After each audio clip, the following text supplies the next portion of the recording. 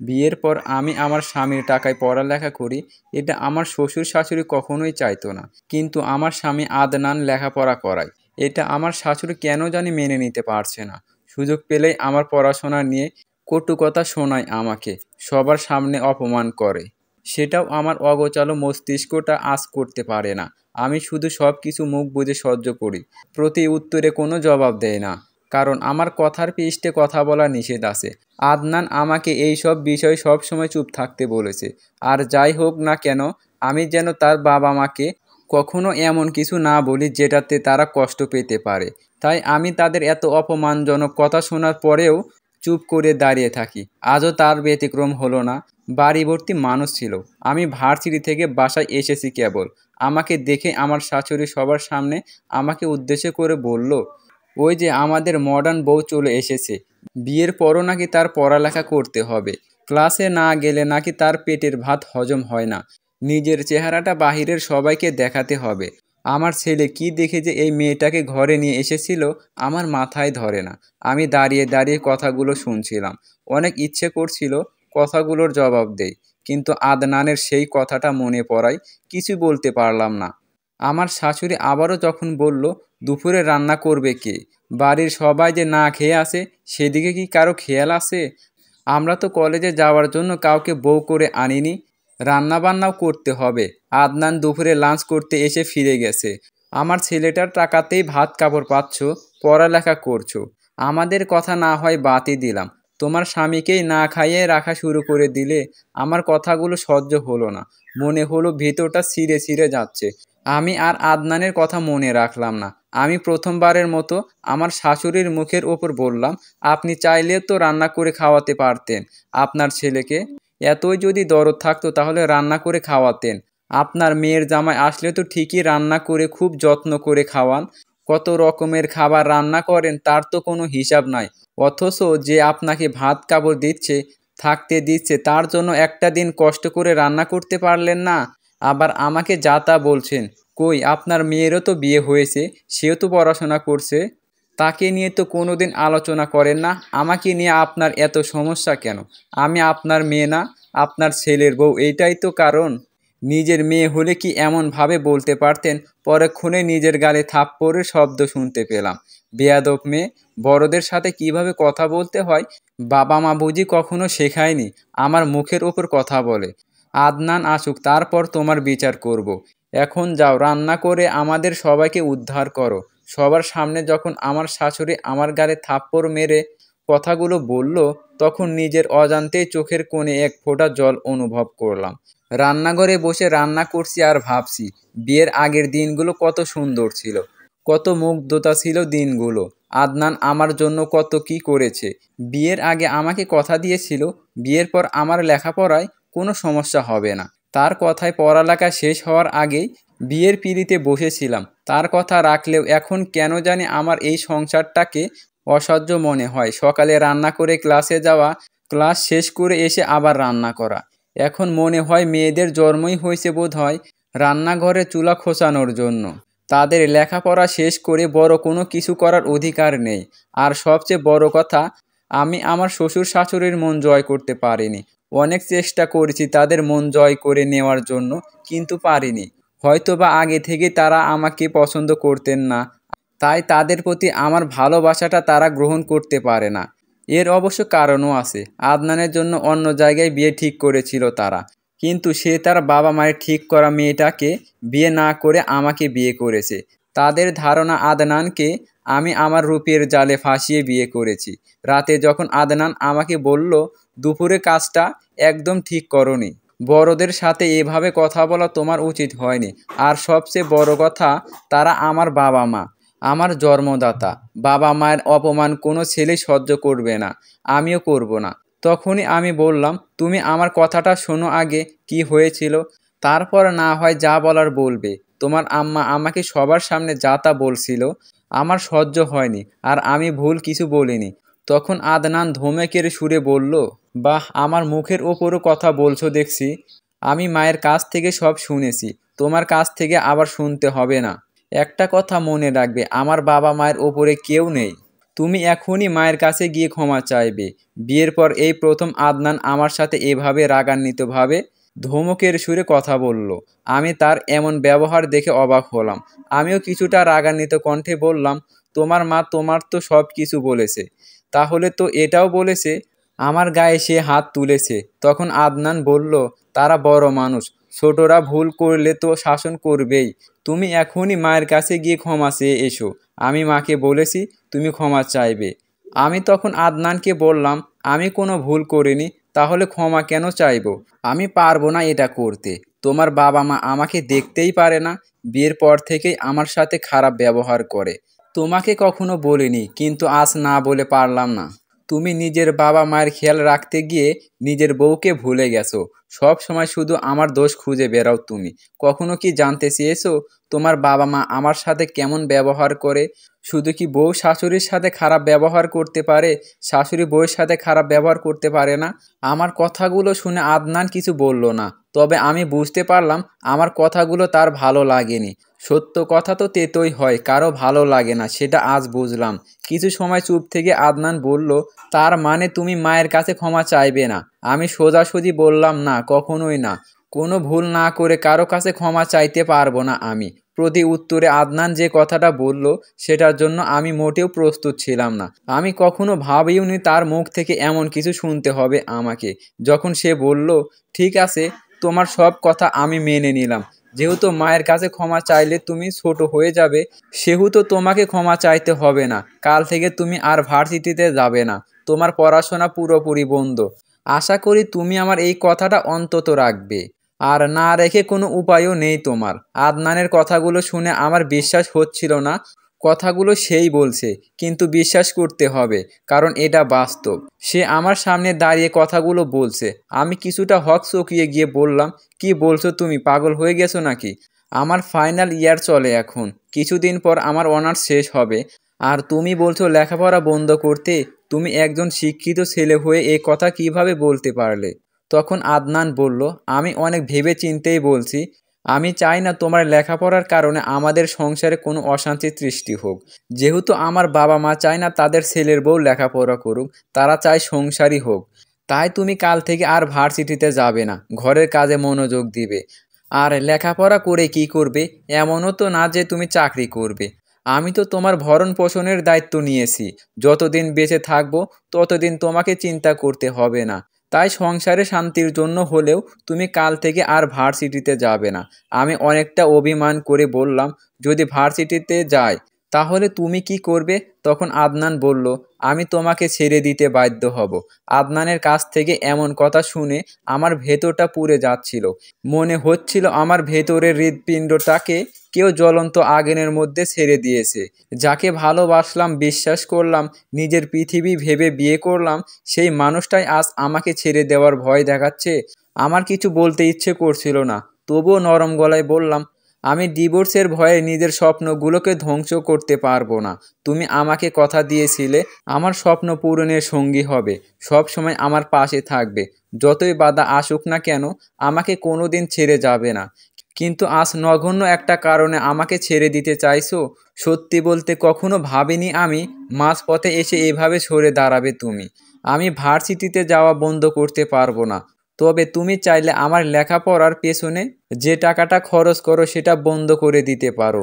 কিন্তু আমাকে ক্লাসে যাওয়া নিষেধ করো না। আমি যেভাবেই হোক নিজের পড়াশোনার টাকাটা জোগাড় করে নিব। আমার কথাগুলো শুনে আদনান বলল, আমার মায়ের কথা ঠিক। আসলেই তুমি বেয়াদব একটা মেয়ে। নিজের স্বামীর সাথে উঁচু গলায় কথা বলছো। তোমার কথা আমি মানি। তোমাকে এক সময় আমি কথা দিয়েছিলাম বিয়ের পরও আমি তোমাকে লেখাপড়া করাবো। কিন্তু এখনকার পরিস্থিতিটাও তোমাকে বুঝতে হবে। আমি যা বলার বললাম, সেটা না করলে আমি ভুলে যাব তুমি আমার স্ত্রী। আমি কাল অফিসিয়াল কাজে 1 মাসের জন্য ঢাকার বাইরে যাব। তুমি কাল থেকে আর ভার্সিটিতে যাবে না, এটাই আমার শেষ কথা। এতগুলো মানুষের শোকের জন্য তুমি তোমার পড়ালেখাটা বিসর্জন দিতে পারবে না? আমাদের ভবিষ্যতের সন্তানের কথা ভেবে অন্তত তুমি আমার কথা শুনবে। কথাগুলো বলে আদনান বিছানায় শুয়ে পড়ল। আমার উত্তরের জন্য অপেক্ষা করল না। আমিও কিছু বললাম না, কারণ আমি জানি এখন যাই বলি না কেন সেটা সে আমলে নিবে না। দুজন মানুষ এক বিছানায় ঘুমালেও দুজনের মাঝে অনেক দূরত্ব বিরাজ করছে আজ। জানি না দূরত্বটা সময়ের ব্যবধানে কোনো এক সময় কমে যাবে নাকি আরও বেড়ে যাবে। সকালে আদনান অফিসে যাওয়ার পর আমি যখন ভার্সিটিতে যাওয়ার জন্য বের হলাম, তখন আমার শাশুড়ি বলল, তোমাকে আদনান কিছু বলেনি? তোমাকে তো ভার্সিটি যেতে না বলেছে, তারপরও কেন যাচ্ছ? তখন আমি বললাম, ওইটা এমনিতেই বলেছে। তখন আমার শাশুড়ি বলল, এমনি না, সত্যি সত্যিই বলেছে। আমিও বলেছি তোমাকে আর পড়াশোনা করতে হবে না, কয়েকদিন পরে তো তুমিও মা হবে, তাই ঘরের বাইরে যাওয়া দরকার নেই। আমি তার কথা কানে নিলাম না, নিজের মতো করে বেরিয়ে গেলাম ভার্সিটির উদ্দেশ্য। এভাবে প্রায় 1 মাস চলল। এই 1 মাস আমার শ্বশুর শাশুড়ি আমার সাথে কোনো খারাপ ব্যবহার করেনি, এটা যেন আমার বিশ্বাসই হচ্ছে না। 1 মাস পর যখন আদনান বাসায় আসলো, তখন খুশিতে তাকে আমি জড়িয়ে ধরি, কারণ বিয়ের পর এই প্রথম তার থেকে আমি এতটা দিন দূরে ছিলাম। কিন্তু আদনান আমাকে ধাক্কা দিয়ে দূরে ঠেলে দিল। ভাবলাম সে হয়তো আমার ওপরে রাগ করেছে, তার কথা শুনিনি বলে, তাই তার রাগ ভাঙানোর জন্য উঠে পড়ে লাগলাম। কিন্তু কোনো কিছুতেই তার রাগ ভাঙাতে পারলাম না আমি। আমার পৃথিবীটা উলটপালট করে দিয়ে আদনান যখন খুব নরম কণ্ঠে বলল, আমার অনেক খারাপ লেগেছে সিদ্ধান্তটা নিতে। অনেক কঠিন একটা সিদ্ধান্ত ছিল, অন্তত আমার জন্য। যাকে ভালোবেসে বিয়ে করেছিলাম তাকে এক সময় ডিভোর্স দিতে হবে কখনো কল্পনাও করিনি। কিন্তু অনেক ভেবেচিন্তে দেখেছি আমি, তুমি আমাকে সুখ দিতে পারবে না। যে মানুষটা আমার জন্য, আমার পরিবারের জন্য নিজের ছোট্ট একটা স্বপ্নকে বিসর্জন দিতে পারেনি, সে মানুষটা ভবিষ্যতে আমাকে সুখ দেবে এটা আমার বিশ্বাস হয় না। তুমি যদি আমাকে ভালোবাসতে, আমার ভালো চাইতে, আমার পরিবারের ভালো চাইতে, তাহলে এত কিছুর পরেও তুমি তোমার পড়ালেখাটা কন্টিনিউ করতে চাইতে না। আমাদের আলাদা হয়ে যাওয়াটাই ভালো। আমি আর তোমার সাথে থাকতে চাই না। আমি যখন আদনানের মুখ থেকে কথাগুলো শুনলাম, তখন কেন জানি আমার ভেতরটাকে আমি বিশ্বাস করাতে পারলাম না এই কথাগুলো সত্য। আমার মনে হলো আদনান কখনোই এমন কিছু বলতে পারে না, সব মিথ্যা। সামান্য একটা কারণে সে আমাকে এত বড় শাস্তি দিতে পারে না। কিন্তু আদনান যখন পুনরায় বলল, আমি যত তাড়াতাড়ি সম্ভব ডিভোর্স পেপারটা রেডি করে তোমাকে জানাবো, তখন আমার মনে হলো আদনান সত্যি সত্যি আমার সাথে আর এক ছাদের নিচে থাকতে চায় না। তখন নিজের অজান্তেই কাঁদতে থাকি আমি। আদনানকে অনুরোধ করি, তোমার সিদ্ধান্তটা বদলাও। চাইলে তুমি এমন সিদ্ধান্ত নিতে পারো না। তুমি বলেছিলে সারা জীবন আমার পাশে থাকবে। আমার তোমাকে ছাড়া থাকতে অনেক কষ্ট হয়। আমি তোমার সাহসেই নিজের স্বপ্নগুলো পূরণ করতে চাই। আমাদের সন্তানের কথাটা একবার ভাবো। যখন আদনান বলল, ওটা আমার সন্তান না, তোমার সন্তান। তুমি আমাকে ভালো করেই চেনো আমি কেমন মানুষ। আমি আমার সিদ্ধান্ত থেকে সরে দাঁড়াবো না। আমি তোমাকে কত করে বলেছি, তুমি আমার কথা শোনোনি। তোমার সম্পর্কে মা আমাকে অনেক কিছুই বলতো, কিন্তু আমি বিশ্বাস করতাম না। কিন্তু আজ বিশ্বাস না করে পারছি না। তুমি মাঝে মাঝে ভার্সিটি থেকে রাত করে ফিরতে। আমাকে বলতে পারো সন্ধ্যার পরেও তোমার কিসের ক্লাস থাকতো? তোমার পেটের বাচ্চার বাপ আমি নাকি অন্য কেউ? সত্যি করে বলতে পারবে? এটা নিয়ে আমার সন্দেহ হয়। আমি আদনানের কথাগুলো সহ্য করতে পারলাম না। বুকের ভেতর এক অসহনীয় যন্ত্রণা হতে লাগলো। নিজের প্রতি নিজেরই ঘৃণা হতে লাগলো। নিজেকে পৃথিবীর সবচাইতে খারাপ মানুষ মনে হচ্ছিল। যে মানুষটা এতদিন পরেও নিজের ভালোবাসার মানুষের কাছে বিশ্বাস অর্জন করতে পারেনি, আমি নিজেকে কন্ট্রোল করতে পারলাম না। আদনানের গালে 2টা চড় মেরে দেই আর বলতে থাকি, খুব ভালো বলছো। আমাকে একটা নষ্ট মেয়ে হিসেবে তোমার কাছে পরিস্থাপন করলে? আমি কি আসলেই এতটাই খারাপ? কারো সম্পর্কে কিছু না জেনেই শুধুমাত্র সন্দেহ আর রাগের বশে এতটা জঘন্য অপবাদ দিতে পারে কেউ জানতাম না। কিন্তু তুমি আজকে আমাকে জানিয়ে দিলে। তুমি ডিভোর্স পেপারটা রেডি করো। আমি নিজেই তোমার কাছে আর থাকবো না। দরকার হলে নিজের দেহ বিক্রি করে নিজের সন্তানকে বড় করব। তবুও তোমার মতো কাপুরুষের কাছে থাকবো না। পরের দিন রাগ করে আমি আমার বাবার মায়ের কাছে চলে যাই। আমি ভেবেছিলাম আমার স্বামী কোনো এক সময় সব কিছু ভুলে যাবে, আবার আমাকে নিতে আসবে।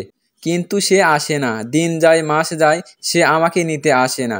কয়েক মাস পর আমি ছেলে সন্তানের মা হয়ে গেলাম। ভাবলাম এবার আর আদনান আমাকে ছেড়ে থাকতে পারবে না। সন্তানের মায়া হলে অতীতের সব রাগ অভিমান ভুলে আমার আর আমার ছেলেকে তার কাছে নিয়ে যাবে। কিন্তু যখন আদনানদের বাড়িতে খবর পাঠানোর পরেও কেউ আমার ছেলেকে দেখতে আসলো না, তখন মনে হলো আমাদের সম্পর্কটা আর কখনো জোড়া লাগবে না। দেখতে দেখতে প্রায় 6টা বছর কেটে গেল।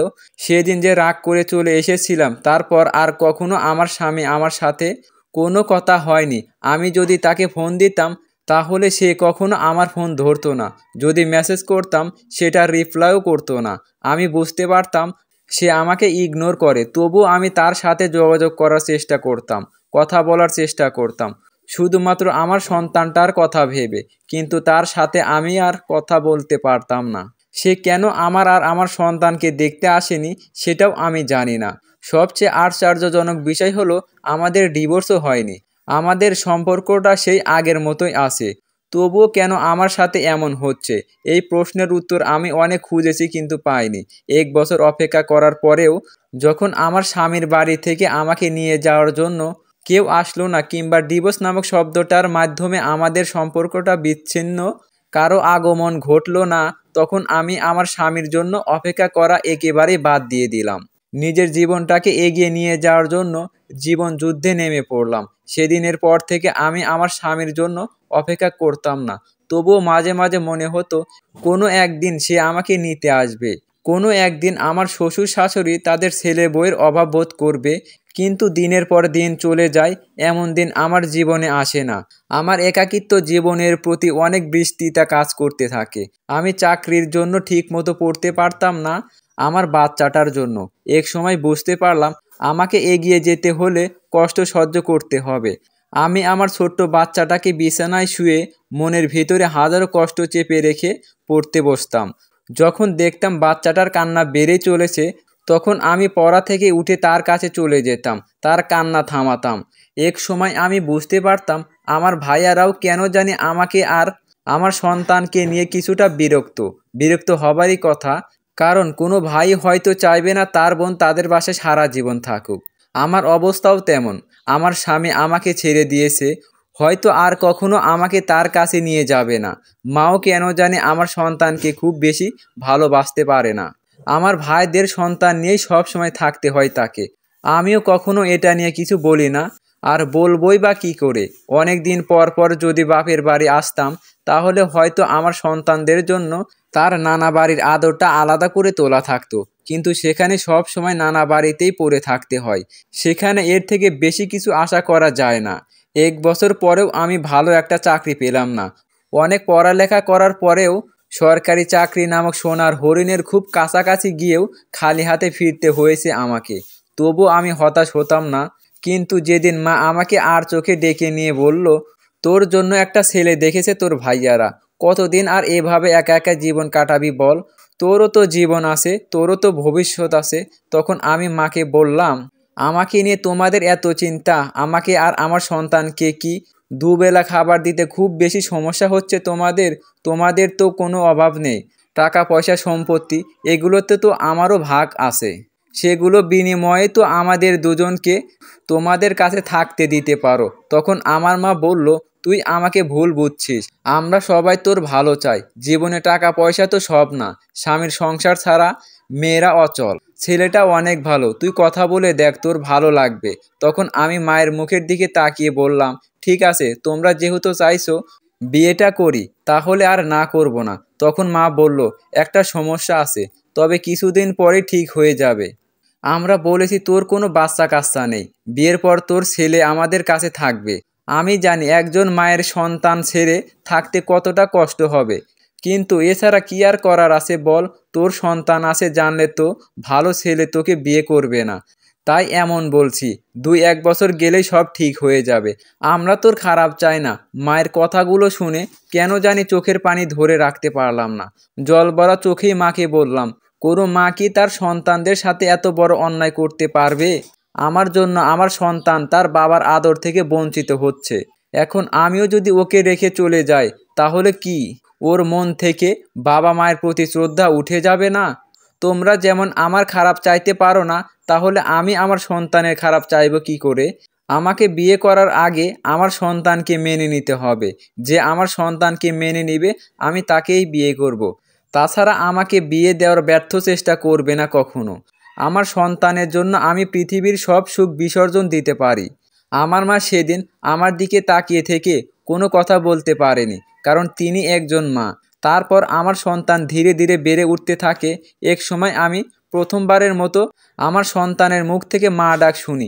সেদিন আমি আমার ছেলেকে জড়িয়ে ধরে অনেক কেঁদেছিলাম, কারণ যেদিন আমার সন্তানের মুখ থেকে মা ডাক শুনি সেদিন আমি বেঁচে থাকার মতো কিছু একটা করতে পারি।